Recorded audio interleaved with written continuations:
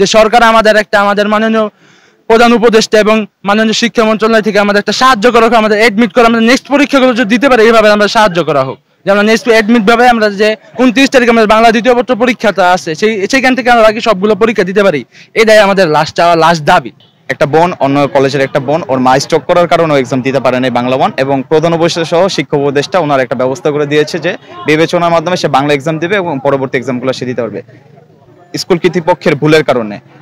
মানে form fill up না করার কারণে আমরা এক্সামগুলো দিতে পারি নাই। সে এক্সামগুলো দিতে পারার ব্যবস্থা আমাদের স্কুল কর্তৃপক্ষ কিভাবে করে দেবে এটা করে দেখ, এবং আমরা শিক্ষা উপদেষ্টা এবং প্রধান উপদেষ্টার কাছে দাবি রাখছি যে আমাদের লাইফে 2 ইয়ার্স যেন নষ্ট না হয়, এই দিকটা খেয়াল রেখে বিবেচনার মাধ্যমে আমাদের পরবর্তী এক্সাম এবং বাংলা এক্সামটা নেওয়ার একটা নেওয়া হোক।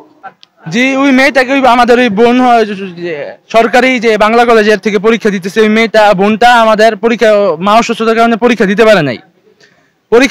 এই কারণে আমাদের ডক্টর ইউনূস একটি ভেরিফাইড পেজে পোস্ট করে যে মেয়েটাকে বিশেষ বিবেচনায় পরীক্ষা দেওয়া হোক, যে পরীক্ষা বা পাবলিক আইন পদ্ধতি ও বিভিন্ন পদ্ধতির মাধ্যমে যে আইনগুলো আছে তার মাধ্যমে ওকে পরীক্ষা দেওয়ার সুযোগ দেওয়া হোক, বা পরবর্তীতে দেওয়া হবে এরকম সেট করার মাধ্যমে একটা পরীক্ষা দেওয়া হবে। আমরা চাই যে সেভাবে আমাদের একটা ব্যবস্থা করা হোক।